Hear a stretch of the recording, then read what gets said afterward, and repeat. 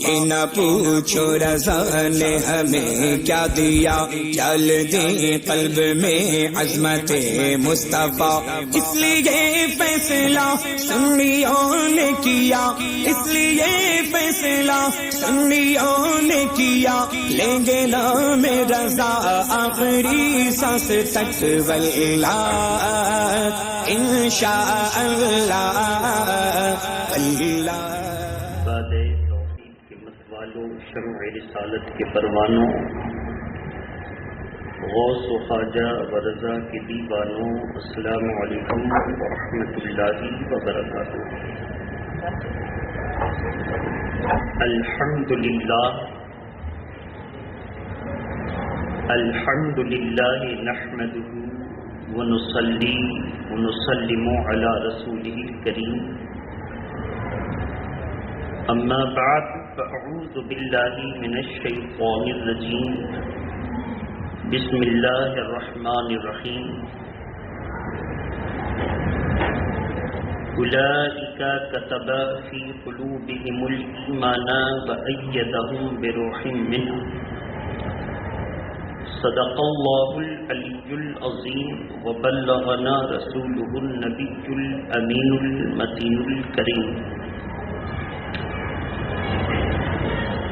ہمارے دین کی حقانیت کے یہ دونوں شاہد ہیں، ہمارے دین کی حقانیت کے یہ دونوں شاہد ہیں، معین الدین اجمیری و محی الدین جیلانی۔ عزیزان ملت اسلامیہ، آج کی اس محفل محبت میں ماہ سفر سے متعلق اور اس مہینے کے آراز کے تعلق سے تمہیداً گفتگو کرنے کا شرف حاصل کرنے جا رہا ہوں۔ سب سے اہم بات یہ ہے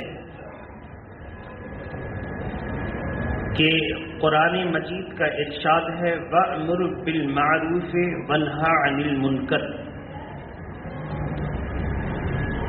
اور سورہ آل عمران پارہ نمبر 4 میں اللہ کا ارشاد ہے کنتم خیر امۃ اخرجت للناس تأمرون بالمعروف وتنہون عن المنکر وتؤمنون باللہ۔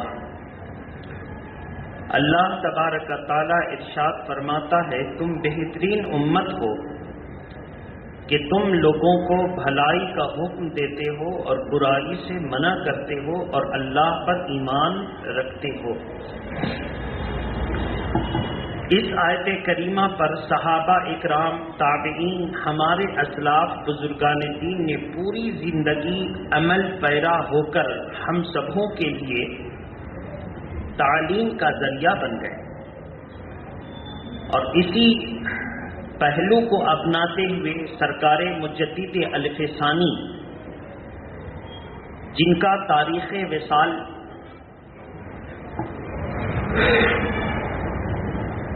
28 صفر المظفر کو کیلنڈر کے اعتبار سے ہے۔ اتفاق یہ ہے کہ ہمارے ہندوستان کے دو مجدد کی تاریخ جب ہم ملاتے ہیں تو پیدائش کی تاریخ والا مہینہ بھی مل جاتا ہے اور وصال کی تاریخ والا بھی مہینہ مل جاتا ہے۔ لہذا شوال کی 10 تاریخ کو سرکار اعلیٰ حضرت پیدا ہو رہے ہیں تو شوال کی 14 تاریخ کو مجدد الف ثانی دنیا میں تشریف لا رہے ہیں۔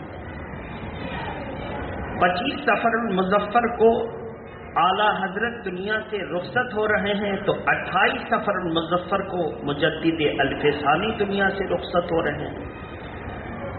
مجدد الف ثانی کے ذمے جو اللہ نے کام دیا تھا وہ کام تھا عظمت توحید کو بلند کرنا، اور امام احمد رضا محدث بریلوی کے ذمے اللہ نے جو کام لگایا تھا وہ کام تھا عظمت رسالت کو اجاگر کرنا۔ مجدد الف ثانی کی پوری زندگی عظمت توحید بلند کرتے گزر گئی۔ اور امام احمد رضا محدث بریلوی کی پوری زندگی عظمت رسالت کے پرچم کو بلند کرتے ہوئے گزر گئے، اور یہ دو ایسے جزو ہیں کہ ان کے بغیر ایمان ہو ہی نہیں سکتا۔ اللہ کی شان میں اگر تنقیص ہو جائے تو بھی مومن نہ رہا، اور رسول اللہ کی شان کو گھٹا دے اور تکفیر ہو جائے تو بھی مومن نہ رہا۔ اس لیے تو بزرگوں نے کہا ہے کہ توحید و رسالت ایسا ہے کہ جب ہم حدیث پاک میں پڑھتے ہیں بنی الاسلام علی خمسین، اسلام کی بنیاد 5 باتوں پر ہے یا 5 چیزوں پر ہے، اس میں سب سے پہلے نمبر پر ہے، وہابی جو لکھتا ہے صرف توحید ہے، اور سنی اس کا ترجمہ کرتا ہے توحید و رسالت۔ اب بڑی بڑی جتنی کتابیں ہیں ان کی دیکھ لیں گے، وہ لکھتا ہے توحید، اور اہل سنت و جماعت شروع سے حضور سے آج تک لکھتے ہیں توحید و رسالت۔ یہ توحید و رسالت بنیاد ہے، اگر حضور کو نہ مانو تو بھی مسلمان نہیں، اور اللہ کی شان گھٹا دو تو بھی مسلمان نہیں۔ اس لیے عقائد اور ایمان کے بعد میں توحید و رسالت ضرور۔ اب اس کے بعد جب ایمان مکمل ہو گیا تو بات آتی ہے اسلام کی دوسری بنیاد نماز، اسلام کی تیسری بنیاد روزہ، اسلام کی چوتھی بنیاد زکوٰۃ اور 5ویں بنیاد حج۔ نماز سب سے پہلے، اعمال میں نماز سب سے پہلے، اتنا پہلے کہ اللہ کے پیارے نبی صلی اللہ تعالی علیہ وسلم ارشاد فرماتے ہیں کہ سب سے پہلے ایمان کے بعد اللہ تعالی نماز کے بارے میں سوال کرے گا۔ اگر نماز کا معاملہ ٹھیک رہا تو سارے سوالات اس کے لیے آسان ہوں گے، اور اگر نماز کے معاملے میں پھنس گیا تو اب ہر سوال سخت ہوگا۔ اس لیے اللہ کے پیارے نبی نماز کے تعلق سے اپنی امت کو بہت ساری تنبیہ فرمائی، اسی لیے قرآن مجید میں نماز اور زکوٰۃ کا ذکر کم و بیش 82 جگہوں پر آیا۔ اتنی کثرت سے نماز اور زکوٰۃ کا ذکر آنے کا مطلب یہ ہے کہ یہ اسلام کا اہم جزو ہے۔ بہرحال آج ہم اور آپ ان دونوں مجددین کے تعلق سے ہلکی سی گفتگو کر کے آپ کے سامنے اللہ اور اس کے رسول کا پیغام یعنی قرآن و حدیث کا پیغام یہ رکھیں گے کہ انہوں نے پوری زندگی خرافات اور بدعات سے لوگوں کو روکا، خرافات و بدعات سے لوگوں کو منع کیا، اور فرمایا کہ رسم و رواج اور خرافات کے نام پر تم جو دین سمجھ کر رہے ہو یہ سراسر غلط ہے۔ محبت کے ساتھ آپ سماعت کریں گے، کوشش کریں گے کہ ہم اور آپ اللہ اور اس کے رسول کے فرامین پر عمل کریں، اور اسلام کے نام پر خرافات میں ڈوب کر کے ہم اپنی متاع زندگی برباد نہ کر دیں۔ زندگی کا سرمایہ یہ ہے کہ اللہ نے ہمیں پیدا کیا اپنی بندگی کے لیے، اور ہم بندگی ہی نہ کر سکے تو زندگی کا سرمایہ برباد ہو گیا۔ محبت کے ساتھ درود شریف پڑھیں، اللہم صلی علی سیدنا شفینا حبیبنا مولانا محمد وعلی آلہ واصحابہ وبارک وسلم۔ صلاۃ و سلام علیک یا رسول اللہ۔ مجدد الف ثانی کا نام بھی احمد اور اعلیٰ حضرت کا نام بھی احمد۔ مجدد الف ثانی جب اللہ کی طرف سے قوم کی رہنمائی کے لیے متعجل ہوتے ہیں تو دیکھا کہ اکبر کفر و الحاد میں غرق ہوتا چلا جا رہا ہے، اور اگر ایک بڑا بادشاہ کفر و الحاد میں ڈوب جائے تو قوم کا بچنا بہت مشکل ہے۔ محلے کا کوئی سردار اگر غلط نکل جائے تو وہ اپنے تمام پیروکاروں کو غلط راہ پر ڈال دیتا ہے، اور بادشاہ بگڑ جائے تو پوری قوم بگڑ جائے۔ مجدد الف ثانی کے سامنے دو بات تھی، اپنی جان بچا لیجئے اور سب کے ہاں میں ہاں ملا دیجئے، یا پھر اپنی جان کی پرواہ کیے بغیر جو اللہ کا پیغام ہے اس کو نشر کیجئے۔ مجدد الف ثانی نے شیعوں کے ماحول سے متاثر اکبر کی آنکھیں کھلانے کے لیے بہت ساری تدبیریں کی۔ اکبر آنکھ کھولنے کے بجائے مجدد الف ثانی کو بطور سزا دہلی سے دور کر کے دکن کی طرف بھیج دیتا ہے۔ مجدد الف ثانی نے ہمت نہیں ہاری، کبھی جیل گئے، کبھی باہر آئے، اور پوری زندگی عظمت توحید کے ڈنکے بجاتے رہے۔ اس نے کہا کہ اللہ کی عبادت کر لو، نماز پڑھ لو، اور اگر تم چاہو تو بت کی بھی عبادت کر لو، پوجا کر لو، تمہارے ایمان پر کوئی فرق نہیں پڑے گا۔ مجدد الف ثانی کھڑے ہوئے، کہا کہ صبح میں نماز پڑھو، 7 بجے پوجا کر لو، تلک لگا لو، جس کو کشقہ عربی میں کہتے ہیں تلک لگانے کو، اور اسلام پر کوئی فرق نہ پڑے گا۔ تو مجدد الف ثانی نے قل یا ایھا الکافرون سورہ کو پڑھی اور کہا یہی بات تو ابو جہل کی پوری ٹیم حضور صلی اللہ تعالی وسلم کو کہہ کر کے صلح کلیت کی دعوت دے رہی تھی کہ آپ مکمل طور پر صلح کلی بن جائیں اور ہم لوگ سب 6 مہینے اللہ کی عبادت کریں اور 6 مہینے مل کر بتوں کی پوجا کریں۔ اللہ تبارک و تعالی نے اس سورہ کو نازل فرما کر کے کہا کہ میرے محبوب آپ ان کافروں سے کہہ دیں کہ تم جس کی عبادت کرتے ہو میں نہیں کر سکتا، اور میں جس کی عبادت کرتا ہوں تم نہیں کرتے۔ یہ آیت کریمہ جب نازل ہوئی تو ان سے ایک دم الگ رہنے کا حکم مل گیا۔ کہا کہ اللہ والوں کو پتھروں اور لکڑیوں، درختوں، سورج اور چاند کی پرستش کرنے والوں سے کوئی معاملہ نہیں۔ آیت کریمہ پیش کر کے پورے ہندوستان، غیر منقسم ہندوستان میں جب اپنی تعلیمات کو عام کیا تو اللہ تبارک و تعالیٰ کا معاملہ ایسا ہوا کہ مجدد الف ثانی کا نظریہ جیت گیا اور اکبر کا دین الہی ہمیشہ کے لیے ختم ہو گیا۔ یہ ساری کوششیں اگر تھیں تو مجدد الف ثانی کی تھیں۔ مجدد الف ثانی کی وہ ذات ہے جو آج بھی سرہند کی زمین پر آرام فرما ہیں اور لاکھوں مسلمان ان کی بارگاہ میں حاضری کی سعادت حاصل کرتے ہیں۔ میں نے ان کے مزار شریف پر دیکھا کہ دیوبندی اور تبلیغی جماعت بھی جا کر قرآن پڑھ رہے ہیں۔ ایک تبلیغی جماعت سے میں نے پوچھا کہ آپ تو زندگی بھر قبروں کے پاس فاتحہ، درود، قرآن خوانی وغیرہ کو ناجائز کرتے رہے اور آپ جا کے خود قرآن پڑھ رہے ہیں۔ اس نے کہا کہ میں یہاں قرآن پڑھ کر کے نظر نیاز کرنے نہیں آیا، میں قرآن پڑھ کر کے ان کے گناہ بخشوانے آیا ہوں۔ نظریہ دیکھیے ذرا، مجدد الف ثانی کے مزار پر حاضر ہے اور یہ شخص جس کو قرآن پڑھنا نہیں آتا یہ قرآن پڑھ کر کے مجدد الف ثانی کے گناہ بخشوانے آیا ہے۔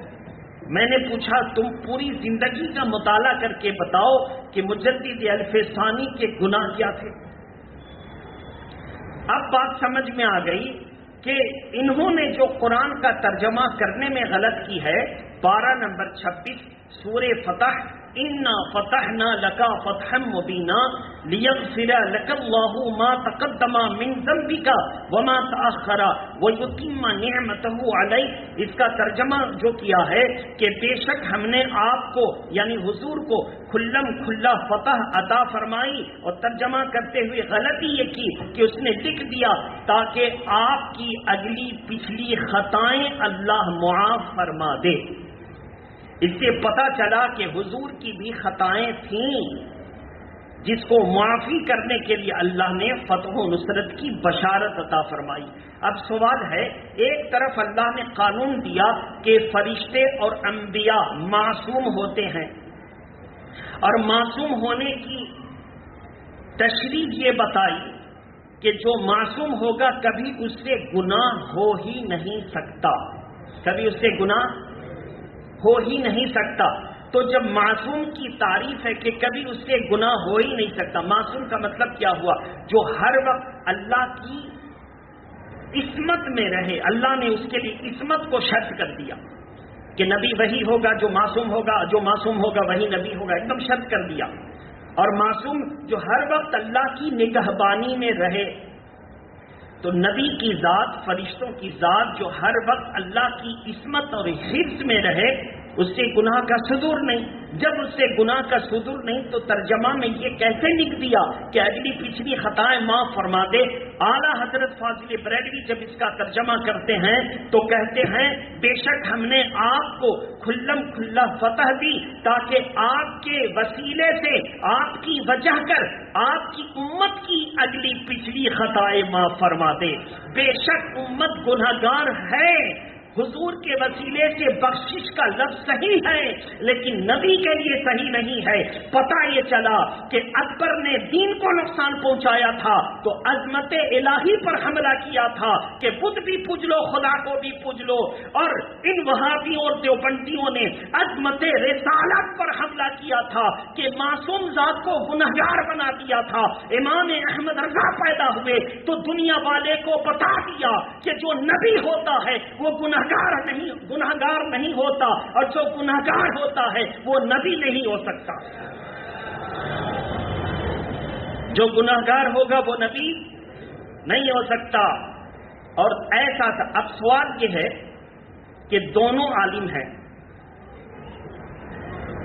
ابھی جو لوگوں کا رجحان ہے وہ بھی عالم، یہ بھی عالم، وہ بھی عالم، یہ بھی عالم، تو شیعہ میں بھی تو عالم ہیں، مانیے ان کو، وہابیوں میں بھی تو عالم ہیں، مانیے ان کو، دیوبندیوں میں بھی تو عالم ہیں، اور ذرا اوپر سلح کلی میں چلے جائیے، عیسائیوں میں بڑے بڑے عالم، یہودیوں میں بڑے بڑے عالم۔ بہرحال اپنی اپنی سوچ ہے، یہ بھی عالم وہ کاہے کے لیے خود اس ذہن کے ہیں، اپنے آپ کو بچانے کے لیے کسی عالم کا نام لے لیا کہ ہم غلط کر رہے ہیں، وہ بھی تو غلط کرتے ہیں، تو بچ گئے، یہاں بچ گئے۔ لیکن قیامت کے دن پوچھا جائے گا وہ عالم علم کی روشنی میں عمل کرتا تھا، ہو سکتا ہے اس کی سوچ غلط تھی، تم کو کس نے کہا کہ غلط سوچ کی اتباع کرو؟ تم کو تو صحیح سوچ کی اتباع کرنی چاہیے۔ جب یہ سوال ہوگا تو کوئی نہ بچ سکے گا۔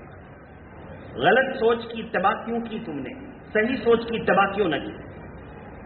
بہرحال تو ایسی صورت میں اب آپ کی وجہ کر یہ ترجمہ کہاں سے آپ نے لایا؟ اعلیٰ حضرت سے سوال ہوا، اعلیٰ حضرت نے فرمایا اس میں ہے لیغفر لک اللہ، لیغفر لک اللہ، یہاں پر لام سبب کا ہے،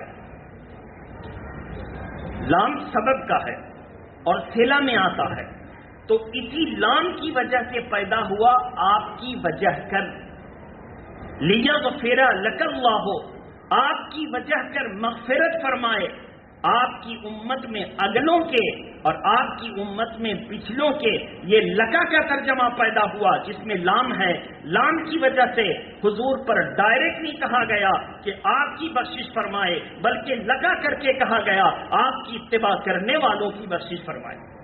تو میرے محترم، اب جو اپنے نبی ہی کو گناہگار ٹھہرا دے تو دل پر ہاتھ رکھ کر کے سوچئے کہ وہ سب ہو سکتا ہے مسلمان؟ نبی گناہگار کیوں نہیں ہو سکتے؟ اگر نبی کو گناہگار مان لیا جائے تو آج جتنے ظالم قرآن پر حملہ کر رہے ہیں وہ کہیں کہ ہم صحیح ہیں، اس لیے کہ تمہارے نبی گناہگار تھے، قرآن میں کچھ اپنی طرف سے ملا دیا ہوگا، کچھ بڑھا دیا ہوگا، کچھ گھٹا دیا ہوگا۔ تو جب نبی گناہگار سے ایسا ممکن ہے تو میرے کہنے کے مطابق اتنی آیتوں کو نکال دو، اتنی آیتوں کو نکال دو، تو ان کی بات صحیح ہو گئی۔ اس کا جواب یہی ہے کہ جب اللہ نے کہہ دیا کہ فرشتے اور نبی گناہگار نہیں، تو جبریل جو قرآن لے کر آئے ایک دم ٹھیک آئے، ایک ایک لفظ اور زیر و زبر وہی پہنچایا جو اللہ کا تھا، اس لیے کہ وہ گناہگار نہیں۔ اللہ کے حکم سے ذرہ برابر بھی فرشتوں سے کمی بیشی نہیں ہو سکتی. تو فرشتے معصوم ہونے کی برکت یہ مل گئی کہ جو قرآن لے کر آ رہا ہے اس میں ذرہ برابر کمی بیشی نہیں، کیونکہ فرشتے غلطی نہیں کرتے. اور نبی معصوم ہونے کا مطلب کہ جس نبی کو قرآن دیا جا رہا ہے، کیسے دیا گیا قرآن؟ بڑا محبت اور چاشنی کے ساتھ سنیے. جب قرآن مجید کا نزول حضور پر ہوتا تو حضور صلی اللہ علیہ وسلم اللہ کی محبت میں اللہ کے کلام کو جلدی جلدی یاد کرنے کے لیے پڑھنا شروع کر دیتے. جلدی جلدی یاد کرنے کے لیے کہ ذہن میں بس جائے، حفظ ہو جائے، پڑھنا شروع کر دیتے. اللہ تبارک تعالیٰ نے فرمایا میرے محبوب آپ صرف سن لیجئے، آپ صرف، اور پڑھنے کی مشقت آپ نہ اٹھائیے. تو قرآن سینے میں حضور کے آئے گا کیسے؟ تو اللہ فرماتا ہے ان علینا جمعہ وقرآنہ. میرے محبوب آپ کیوں مشقت اٹھائیں گے؟ ہم قرآن کو نازل کرتے ہیں، ہم ہی آپ کے دل میں اکٹھا کر دیں گے. فَإِذَا قَرَأْنَاهُ فَاتَّبِعْ قُرْآنَهُ.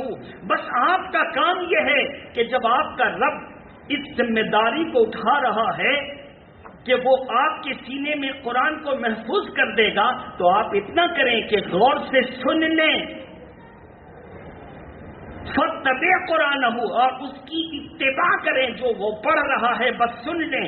اس سے پتہ چلا کہ میرے نبی کے سینے میں جو قرآن زیر و زبر کے ساتھ جمع ہوا اس میں ذرہ برابر کمی نہیں کہ پڑھ فرشتہ رہا تھا اور سینے میں محفوظ اللہ فرما رہا تھا.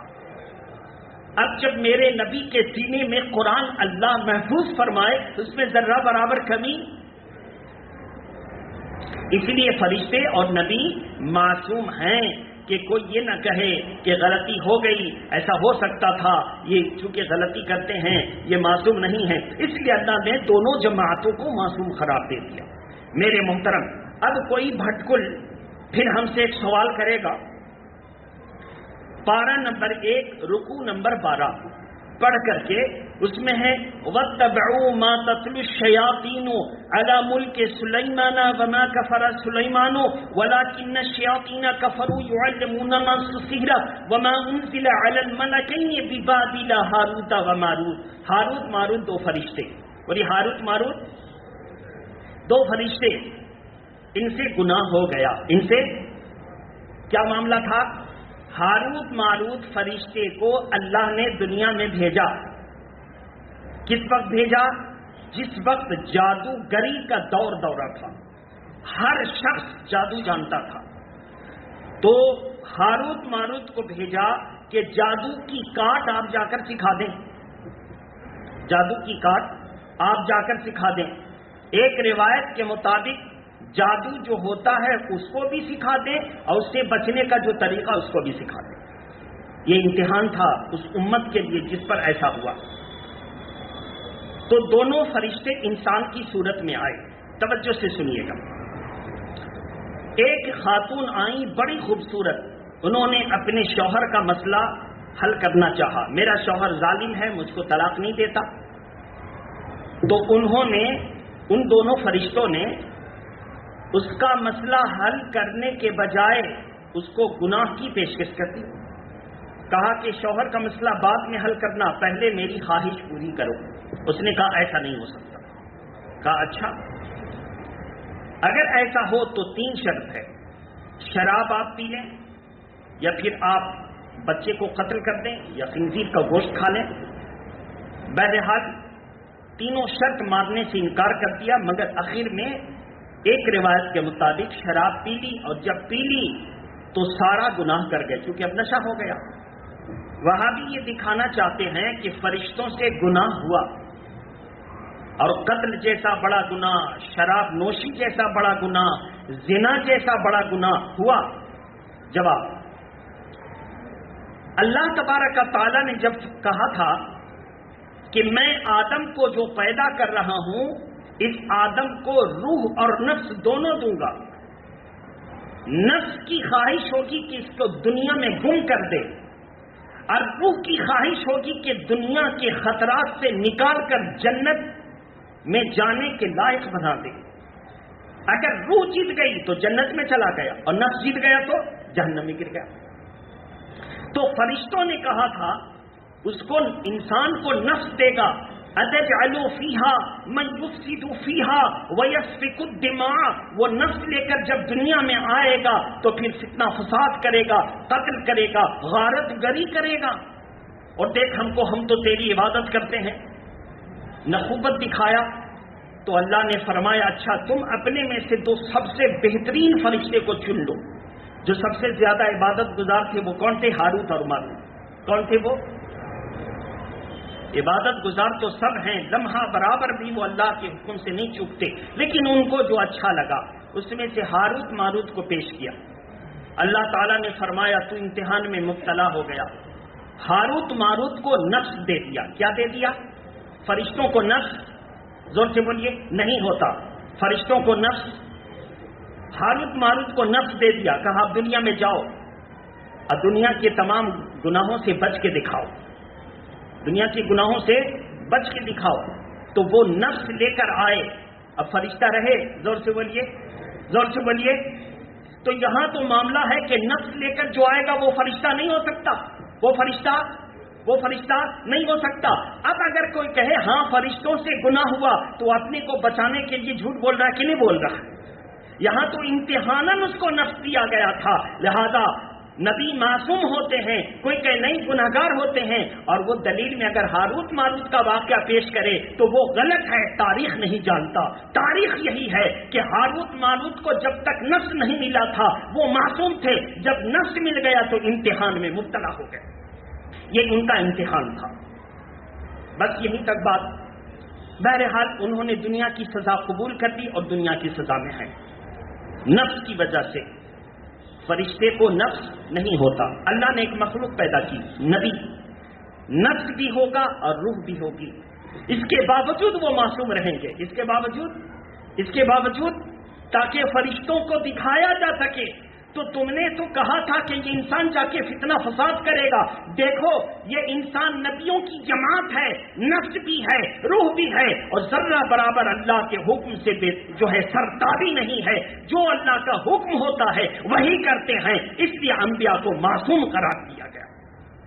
تو میرے محترم, اپنے بچنے کے لیے جہاں تہاں سے بات لا کر بچنے کی کوشش کرتے ہیں, لیکن جتنا یہ غلط بولیں گے نبیوں کی شان میں اتنا گناہگار بنتے چلے جائیں گے. تو ایسی صورت میں اعلیٰ حضرت فاضل بریلوی نے جب دنیا کی سرزمین پر قدم رکھا 1856 میں, اور جب 13 سال 11 مہینے کی عمر میں انہوں نے جو دارالافتاء کا منصب سنبھالا, اور سنبھالنے کے بعد جب پوری دنیا میں انہوں نے اسلام و سنیت کی روشنی کو پھیلایا, اسی اسلام و سنیت کی روشنی کو جس کو مجدد الفسانی پھیلا چکے تھے, اسی اسلام و سنیت کی روشنی کو جس کو مخدوم پاک پھیلا چکے تھے, اسی اسلام و سنیت کی روشنی کو جس کو خواجہ غریب نواز لے کر آئے تھے. کوئی نیا دین نہیں تھا, کوئی الگ طریقہ نہیں تھا, وہی طریقہ تھا. اسی طریقے پر ظالموں نے گرد و غبار ڈال دیا تھا. اعلیٰ حضرت فاضل بریلوی جب پیدا ہوئے تو تمام خرابیوں کو ہٹا کر کے دین کا صحیح نقشہ پیش کر دیا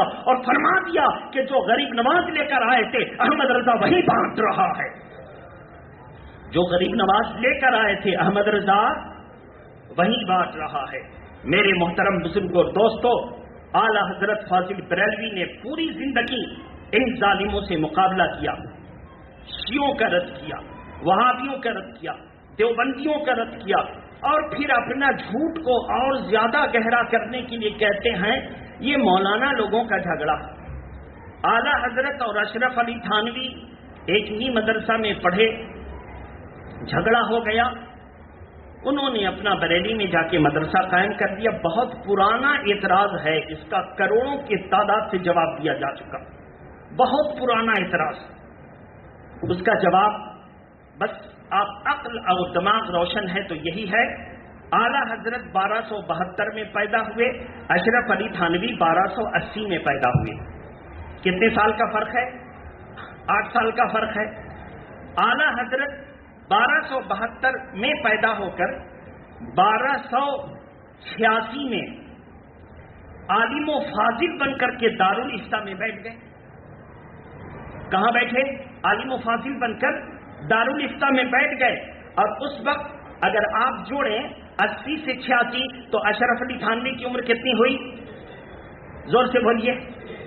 جھوٹ سمجھ میں آ گیا؟ اس سے زیادہ اور بڑی دلیل کیا ہو سکتی ہے؟ اس سے پتا چلا کہ اعلی حضرت فاضل بریلوی جس وقت علم کا ڈنکا بجا رہے تھے اس وقت اشرف علی تھانوی اپنے بھائی کے سر پر پیشاب کر رہے تھے. اب آپ کتابوں میں تو یہی لکھا ہے، کتابوں میں یہی لکھا ہے، ہم اپنی طرف سے نہیں بول رہے ہیں. اس نے کہا اشرف علی تھانوی نے بچپن میں عجب کھیل تھے ہمارے، میں پیشاب کرنے کے لیے بیٹھتا تو میرے بھائی آ کے سر پہ میرے موت دیتے. متنے کا مطلب یہ ہے استنجا نہیں لیا، موت دیتے. میں بھی دانت میں رہتا، جب وہ پیشاب کرتے تو میں جا کے موت دیتا. تو اعلیٰ حضرت جس وقت علم کا دریا بہا رہے تھے یہ موتا موتی کر رہے تھے. وہ برابر کیسے ہو سکتا ہے بھائی؟ دلیل میرے پاس موجود ہے، ہمت مت ہاریے گا. حق وہی ہے جو قرآن و حدیث میں ہے، حق وہی ہے صاحب. چاہے آپ ان کو جتنا برا بھلا کہہ لیجئے، کہلوا لیجئے، لیکن حق وہی ہے. تو میرے محترم بزرگوں دوستو، ہمیں اور آپ کو اعلیٰ حضرت نے جو دیا ہے قرآن و حدیث کے مطابق دیا ہے. اسی لیے آپ باہر کے ملکوں کا جائزہ لیں تو ایک بڑے عالم کا ہم بیان پیش کر کے رخصت ہو جائیں. انہوں نے ایک عربی النسل شخص طالب علم کو دیکھا جو جوان اور خوبصورت داڑھی اور نمازی اور پابند شرع. ہندوستان کے عالم سے اس نے پوچھا کہ آپ من اینا کہاں سے تشریف لائے؟ من اینا. انہوں نے فرمایا الا ہند، ہندوستان سے تشریف لایا. تو کہا کہ تمہارا عقیدہ وغیرہ کیا ہے؟ انہوں نے قرآن و حدیث کی آیتوں کو پڑھ کر کہا یہی میرا عقیدہ ہے. کہا آپ کے ہندوستان سے ایک بڑے عالم آتے ہیں، بہت خوبصورت، عربی میں جو کہا بہت خوبصورت علمی قابلیت، لیکن ان کی آنکھیں کم دیکھتی ہیں، ان کی آنکھیں کم دیکھتی ہیں اور دل زیادہ دیکھتے ہیں. بڑے خوبصورت، میں انہی کا فالوور ہوں اور میں نے ان کو دیکھا. ہماری پوری یونیورسٹی میں سارے بچے جو ہے ان کے فتوے کو پسند کرتے ہیں. تو اس ہندوستان کے عالم نے کہا کیا وہ شیخ علامہ اختر رضا خان اظہری کا نام نام نام ہاں ہاں ہاں ہاں یہی وہ ذات، بڑے خوبصورت، آنکھیں تو کم دیکھتی ہیں دل زیادہ دیکھتا ہے، نام یہی ذات ہے وہ. تو میرے محترم بزرگ اور دوستو، فخر سے ہم کہہ سکتے ہیں کہ آج ہندوستان کی زمین سے کسی عالم نے عرب کی دنیا میں اپنی علم کا ڈنکا نہیں بجوایا. وہ اعلیٰ حضرت کا خانوادہ ہے کہ ہر خانوادے کا فرد جب باہر جاتا ہے اور علم کو پیش کرتا ہے تو دنیا کہتی ہے کہ یہ اعلیٰ حضرت ہی کا خاندان ہو سکتا ہے جس نے سچی بات کہی اور کہہ کر گزر گئے. لہذا ہمیں جو ہے تمام خرافاتوں سے ہٹ کر زندگی گزارنی ہے. یہ سفر المظفر کو منحوس سمجھا جاتا ہے، خاص طور پر شروع کے 13 دن. آج 9 سفر المظفر ہے، 17 ستمبر. شروع کے 13 دن لڑکی رخصت نہیں ہوتی، کوئی نیا کام نہیں ہوتا، شادی بیاہ نہیں ہوتے، گھر کی بنیاد رکھنے میں لوگ آناکانی کرتے ہیں اور کہتے ہیں کہ اس سفر کے شروع کے 13 دن حضور سخت بیمار رہے. اس کا جواب یہ ہے کہ اللہ کے پیارے نبی کے تعلق سے یہ بات روز روشن ہے کہ سفر کے آخری ہفتے میں حضور سخت ناساز رہے، ان کی طبیعت پر گرانی سخت آئی تو سفر کے آخری حصے میں، آخری ہفتے میں. اور اس وقت لوگ آخری چہار شنبہ کہہ کر کے پکنک مناتے ہیں. یہ سراسر غلط ہے، خرافات ہے. اور کہتے ہیں کہ حضور کی طبیعت اچھی ہوئی تھی، غسل صحت کیا تھا، کسی پارک یا باغ میں گئے تھے تفریح کے لیے. یہ سب باتیں واقعات اور من گڑھت ہیں. حقیقت یہی ہے کہ سفر کا مہینہ اللہ کا مہینہ ہے اور اسی لیے اس کو سفر المظفر کہا جاتا ہے. مظفر کا مطلب کامیاب کیا ہوا. بولیے کامیاب. اب سوچئے، علماء نے تو کہا سفر المظفر، اور کوئی اس کو منحوس مانے، لہذا اہل سنت و جماعت کا طریقہ یہ ہے کہ ہر تاریخ، ہر دن، ہر مہینہ اللہ کا ہے، کسی مہینے اور تاریخ کو اپنی طبیعت سے منحوس مان لینا یہ شریعت کے خلاف ہے، اس سے برا شگون لے لینا، کوئی نیک کام کرنے سے رک جانا یہ بری بات ہے۔ ہاں کچھ جگہیں، کچھ لوگ، کچھ چیزیں، کچھ سواریاں منحوس ہوتی ہیں، مگر اس کا یہ مطلب نہیں ہے کہ بلی منحوس ہے راستہ کاٹ دے تو ہم سفر روک دیں، یہ برا شگون ہے۔ ہمیں نیک فال لینا ہے اور کہنا ہے ما شاء اللہ کانا وما لم یشاء لم یکن، بلی نے راستہ کاٹ دیا تو ہم آگے بڑھیں گے اور یہ کہتے ہوئے گزریں گے اللہ نے جو چاہا وہ ہوا، جو چاہے گا وہ ہوگا، جو نہ چاہا وہ نہ ہوگا، ایسے کہتے ہوئے ہم گزر جائیں گے۔ ہمارا بھروسہ صرف اللہ پر ہے اور اللہ کی عطا سے ہمارا اعتماد رسول اللہ پر ہے۔ میرے محترم بزرگ اور دوستو، خوب کی سیر چمن، پھول چنے شاد رہے، باغ باں یہ جاتا ہے، اب گلشن تیرا آباد رہے۔ وآخر دعوانا ان الحمدللہ رب العالمین۔ السلام علیکم۔